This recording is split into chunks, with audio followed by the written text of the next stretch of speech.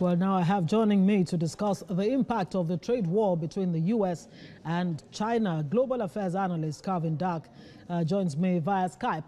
Good to have you, Calvin.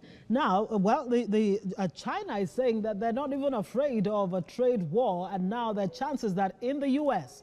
about 1 million jobs will be lost, and global stocks are already tumbling. Talk to us about the wider ramifications of this trade war and how far it should go. Well, I think that question is the hardest part of this trade war, because either President Trump and his administration know how far it's supposed to go and they just haven't told us, or they don't have any idea, which is not only scary, but is the exact opposite of what world markets need. I think in the U.S., the hardest part about all of this is the president can't even accept the facts that go along with what's happening. He continues to say that China is paying this money. He continues to say that we're making money on this trade war. I think he even said in one of his tweets that the war was even better than a deal would have been. But it's math. It doesn't work that way. And I think because of that, you've got a lot of people in this country who are confused, not just here in Washington or in New York, the economic capital, but in the middle of the country where they're wondering how this is going to affect them. And now Trump insists that China trade practices are largely unfair. And you would hear from economic experts, even in Africa, who would tell you that, look, Africa, you need to be careful about China and some of the offers they are bringing to the table. How true is it, really, that China's trade practices are largely unfair?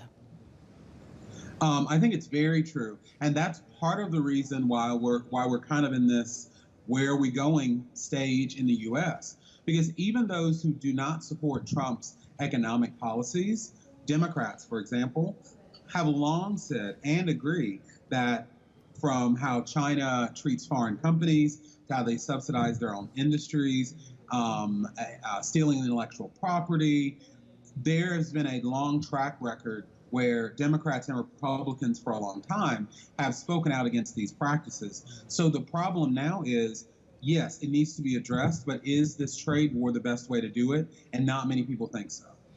You took that question right out of my mouth. Exactly what I was going to ask you. This trade tariffs, are they the best way to go about it? The U.S. is putting tariffs on 200 billion worth of Chinese goods, and China is now doing a tit for tat with a 60 billion, 25% tariff on $60 billion worth of goods. Yes, and the irony in all of this is that who is going to be affected the heaviest and probably the short term are a lot of people who are in President Trump's electoral base. Farmers, manufacturing workers that he convinced to vote for him in 2016 because he was the world's best deal maker. And you even have Republican leaders from those states, in the Farm Belt and the industrial areas of our country, who are basically saying this is going to be a little difficult now, but let's just hold on because what Trump is doing is going to help us in the long run. And a lot of Americans aren't really willing to take that risk. But for those that support Trump, they are not complaining. So he's continuing on as he is. Right, Calvin Dark, global affairs analyst. Thank you so much for joining us on The World Now. Thank you.